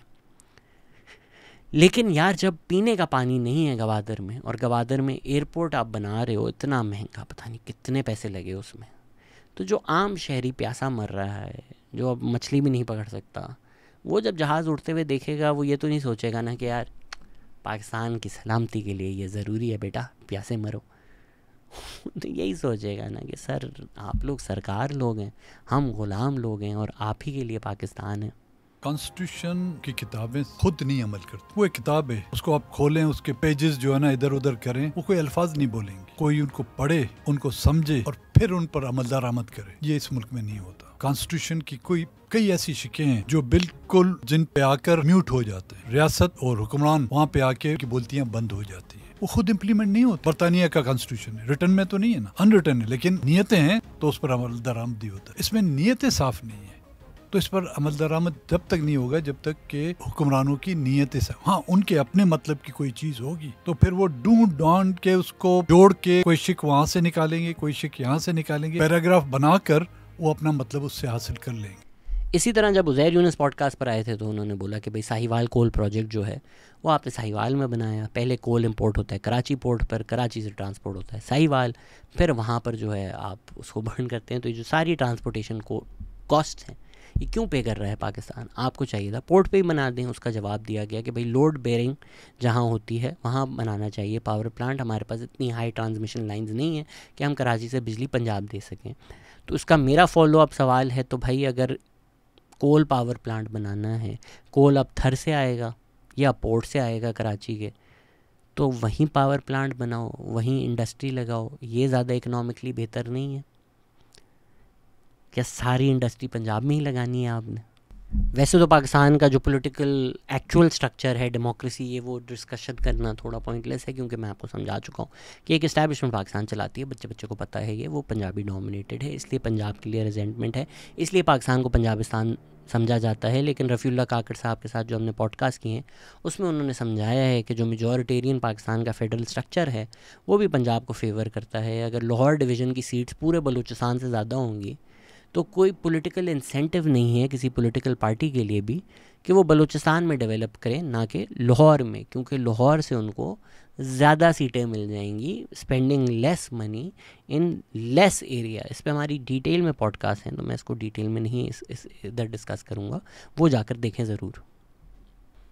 ये मेंशन करने का सिर्फ मकसद ये था कि इस वक्त अगर आप इस्टेब्लिशमेंट भी हटा दें, जो सारी मैं अनकॉन्स्टिट्यूशनल चीज़ें कह रहा हूँ ये भी हटा दें, तो भी हमारा जो रियासत का ढांचा है उसको रीनेगोशिएट करने की ज़रूरत है, एक सोशल कॉन्ट्रैक्ट नया बनाने की ज़रूरत है। वो आप पावर रिजॉल्व करें, लोकल गवर्नमेंट्स को ज़्यादा एम्पावर करें, प्रोविंशियल असेंबलीज़ को ज़्यादा एम्पावर करें, सेनेट को ज़्यादा एम्पावर करें प्रोविंशियल मैटर्स में, और matters dealing with the province उसमें प्रोविंस को आप वीटो पावर दें। ये फिर एक लंबा डिस्कशन है। But again now look at projects like रिकोडिक।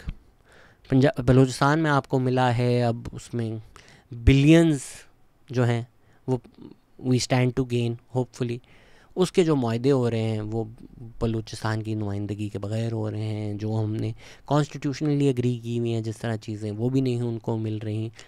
तो क्यों नहीं एक एहसास होगा कि यार आप रिसोर्स एक्सट्रैक्शन करने के लिए आपने हमें रखा हुआ है और पंजाब को पालने के लिए बलूचिस्तान की रिसोर्सेज इस्तेमाल हो रही हैं। ये क्यों नहीं फीलिंग आएगी एक आम बलोच को?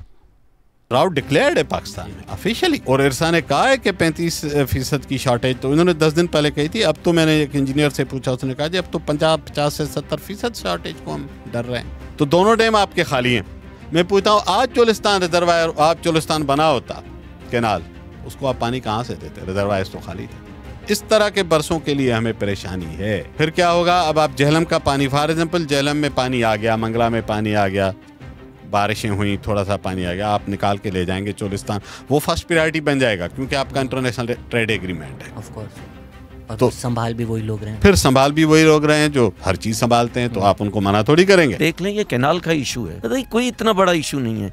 मतलब आप एक आबाद घरों को जो जिंदगी है उसको तबाह करके आप बियाबान को आबाद करना चाहते हैं, और वो भी वहाँ के लोगों के लिए नहीं, चंद ताकतवर लोगों के लिए आपने पहले जमीनें ले ली हैं, फिर उसके लिए रास्ता निकाल रहे हैं। 25-30 साल पहले आप कालाबाग डैम बनाना चाहते थे उन्हीं जगह पर, अब वो बात छोड़ के अब ग्रीन इनिशिएटिव के नाम से ये कर रहे हैं। सियासी पार्टीज को भी ये बात समझ में आती है कि सारा डिस्कशन पीटीआई भाई आउट ऑफ पावर है। कहाँ से आउट ऑफ पावर है? इन पावर है। खैबर पख्तूनख्वा एक बहुत बड़ा प्रोविंस है, लेकिन कोई पीटीआई का इंटरेस्ट नहीं है। 2013 में वो जीती भी थी, 100-150 दिन धरने मारकर इस्लामाबाद में बैठे हुए थे इमरान खान भाई। उनको भी पता है कि इस्लामाबाद जीतना है, अपने इस्लामाबाद का रास्ता लाहौर से जाता है, गुजरावाला से जाता है, फैसलाबाद से जाता है, सियालकोट से जाता है। खैबर पख्तूनख्वा का पूरा जीत भी लो तो करना क्या है?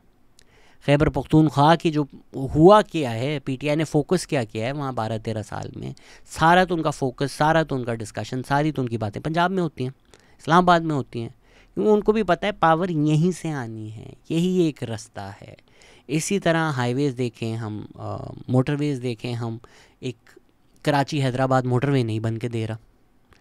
पंजाब में आप जाके देखें तो एक पूरा जाल बिछा दिया है नवाज शरीफ ने। अगेन बहुत अच्छी बात है, ये होना चाहिए, एंड इससे आम पंजाबी का फ़ायदा होता है, ट्रांसपोर्टेशन में फ़ायदा होता है, ट्रैवल में फ़ायदा होता है, होना चाहिए, बहुत अच्छी बात है। डिनाई ना करें, एक प्रिविलेज है।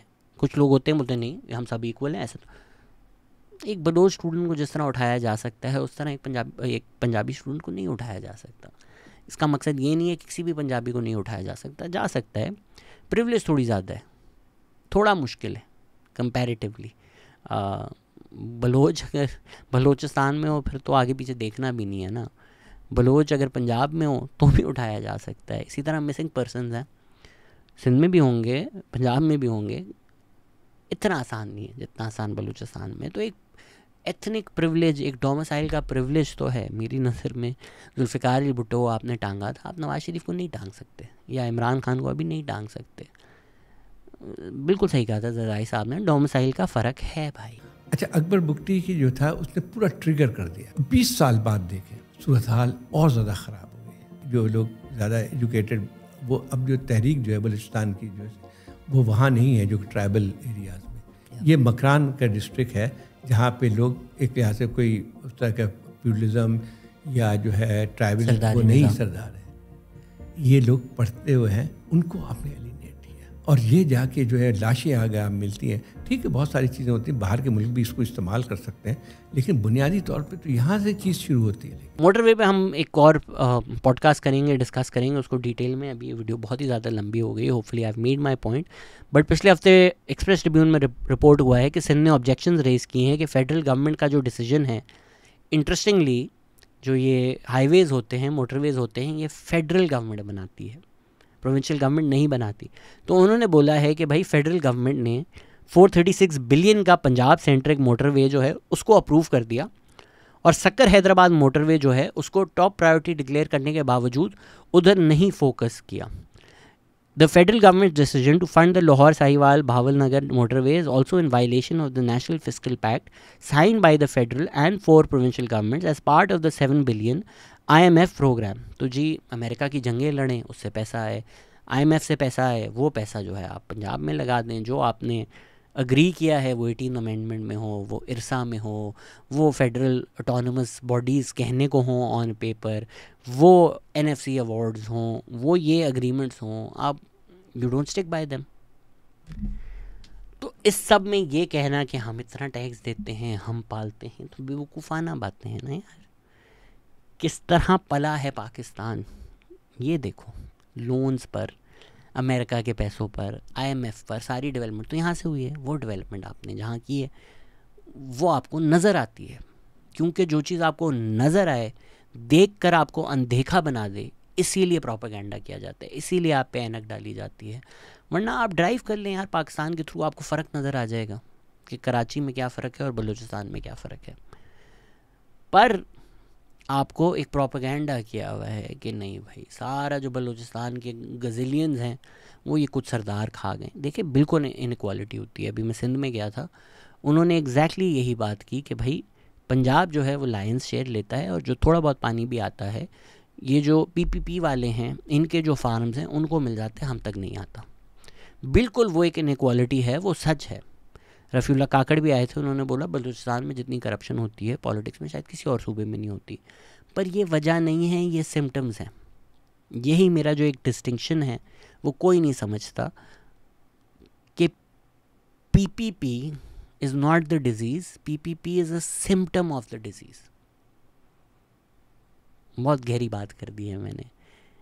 ये कहने पर लोग मुझे ज्याला ज्याला बोलना शुरू कर देते हैं। भाई वो एक सिम्टम है, वो PPP नहीं हुआ तो वो कोई और पार्टी होगी, वो एग्जैक्टली वही काम करेगी, वो सिम्टम है। PMLN अब एक सिम्टम है। डिजीज़ जो है ना वो यही एक स्ट्रक्चर जो हमने बनाया हुआ है, ये सेंट्रलाइज जो हमने पावर की हुई है, ये जो एक शहर में पूरे पाकिस्तान के फैसले होते हैं एक टेबल पे बैठकर, पूरे पाकिस्तान की आवाम की नुमाइंदगी जिसमें नहीं होती, नहीं सुना जाता, जिसमें सूबों की एक्सपेंस पर सेंटर की डेवलपमेंट होती है, ये पाकिस्तान का बेसिक स्ट्रक्चरल मसला है। इसमें एक सिंधी आ जाए, एक बलोच आ जाए, वो नहीं बदलेगा। वो रिप्रेजेंटेशन भी अबिस्मल है। अगर आप अभी किसी ने बोला कि भाई आप कह रहे हैं कि पंजाब डोमिनेशन है, 30% तो पश्तून है। लीडरशिप मैटर करती है। लीडरशिप में भी एक इंसान आ जाए, उसकी इंडिविजुअल आइडेंटिटी नहीं मैटर करती, स्ट्रक्चर मैटर करता है। पर उसमें भी रिप्रेजेंटेशन अबिस्मल है। अगर आप सुप्रीम कोर्ट के जजेस निकाल लें, अगर आप कोर कमांडर्स की लिस्ट निकाल लें, अगर आप जो भी टॉप लीडरशिप पोजीशंस पाकिस्तान में रही हैं वो निकाल लें, आपको क्लियरली नज़र आ जाएगा ना कि उसमें बलोच रिप्रेजेंटेशन कितनी है, उसमें सिंधी रिप्रेजेंटेशन कितनी है। ये चीज़ आपको ना खटके कि यार हाँ ये तो वाकई ज़्यादती हो रही है। जो सच है, जो नज़र आए, आपको बता दिया गया है कि बलोच जाहिल हैं, आपको बता दिया गया है कि सिंधी जाहिल हैं, आपको बता दिया गया है कि पश्तून जाहिल हैं। तो भाई हम गद्दार भी हैं, हम जाहिल भी हैं, हम अनपढ़ भी हैं, तो ठीक है, मैं क्या ही कह सकता हूँ। मैं आपको सिर्फ रेकमेंड ही कर सकता हूँ कि यार इन नफ़रत अंगेज़ बयानात से बियॉन्ड अगर आप पाकिस्तान को समझना चाहते हैं, देखना चाहते हैं, तो I can not recommend doctor Mohammad Waseem's book political conflict in Pakistan enough. I know I keep mentioning it. अगर आप नहीं पढ़ेंगे, हमारी पूरी सीरीज़ है 2 पाकिस्तान, जो पूरा डिटेल में आपको बुक के बारे में भी बताती है, पाकिस्तान की जो फंडामेंटल कॉन्फ्लिक्ट्स हैं, फॉल्ट लाइन्स हैं, वो भी बताती है। प्लीज़ थोड़ा नुआंस करके गुफ्तगू किया करें। और ये जो सियासी बयानियाँ होते हैं अपनी सियासी मकासद के लिए कि जी कराची पाल रहा है पाकिस्तान को या पंजाब इतना प्रोडक्टिव है, थोड़ा उनको अनपैक करने की भी कोशिश किया करें। बिल्कुल ही हर बात जो आपकी आइडेंटिटी को सूट करती है उसको सच मानकर इस तरह ना चलें, क्योंकि आपकी आइडेंटिटी इस्तेमाल हो रही है आप ही के ख़िलाफ़। कि आप इस एलीट स्टेटस को के ख़िलाफ़ ना बोलें तो जो लोग इसके ख़िलाफ़ बोल रहे हैं उनको कभी गद्दार, कभी मुल्क दुश्मन, कभी सिंधी कार्ड, कभी बलोच कार्ड, इस तरह की बातें कर कर आप तक उनकी आवाज़ें ना पहुँचें। तो मेरी तो यही कोशिश रहेगी कि यार अगर मैं कराची में रहता हूँ, मैं कराची वाला हूँ, थोड़ी मेरी प्रिविलेज ज़्यादा है, तो ये जो ऑप्रेस्ड वॉइसेस हैं पूरे पाकिस्तान में उनको ज़्यादा एम्पलीफाई करें, ना कि इस्टेब्लिशमेंट का बयानिया बैठ के पैरेट करूं और वही बातें आपको करूं जो आपको बताई गई हैं, जो इसको आप सियासी शऊर कहते हैं कि भाई पाकिस्तान का तो बहुत ही अच्छा स्ट्रक्चर है, पाकिस्तान तो एक बेहतरीन मुल्क है, ये 2 बदबख्त आ गए थे इस मुल्क में, नवाज शरीफ ज़रदारी, ये मुल्क खा गए हैं, इनको गाली दो और सो जाओ। और मत मानो कि यार जो ये discrimination baked into our system है इसको रिड्रेस करना कितना ज़रूरी है। तो कोई इसीलिए नहीं पंजाब के ख़िलाफ़ रिजेंटमेंट है कि उनको नफ़रत है पंजाबी से, इसीलिए है कि जो सेंटर है पंजाब के अंदर वो सेंटर जुल्म करता आया है बाकी सूबों पर, उनके हक़ पर, उनकी ज़बान पर, उनकी शनाख्त पर। तो ये नफ़रत उस सेंटर से है। और होपफुली अब जो आम पंजाबी हैं, जो बाकी सूबे में लोग हैं, उनसे मेरी इल्तिजा है कि आम पंजाबी से नफ़रत ना करो, वो भी ओप्रेस्ड है बेचारे यार, गरीब हर जगह गरीब होता है। तो जो कराची में रहने वाले मेरे जैसे लोग हैं या जो पंजाब में रहने वाले पंजाबी हैं, प्लीज़ अपनी शनाख्त से बाहर आकर पाकिस्तान को देखो, पाकिस्तान को समझो। और जो मज़लूम लोग हैं, अगर आप नहीं एग्री करते उनके साथ, मेरी सारी बातें सब झूठ हैं, आप सुन तो लो, कम से कम उनका पर्सपेक्टिव एक दफ़ा, not to argue against it but just to try and understand कि यार मसला क्या है इनको। एक दफ़ा सुन लो, समझने की कोशिश कर लो अर्नेस्टली, उसके बाद रिजेक्ट करना है, डिसएग्री करना है, आपका बिल्कुल हक बनता है। और अगर आपको लग रहा है कि मैं लंबी कर रहा हूँ ये एंड में बोलकर, आप कमेंट सेक्शन देखें और देख लें आप मुझे कितनी गालियाँ पड़ेंगी। इसके बाद जो मैं पूरी सीरीज़ कराची पे बना रहा हूँ उसका भी कमेंट सेक्शन देख लीजिएगा। लेकिन पैंडर नहीं करना मुझे, मैं कोई सियासतदान नहीं हूँ कि मैं वोट लूँ। जो सच है वो खुलकर बोलो, बाकी अल्लाह मालिक है, एक दिन वीगो हम सब के लिए आनी है। Thank you everybody.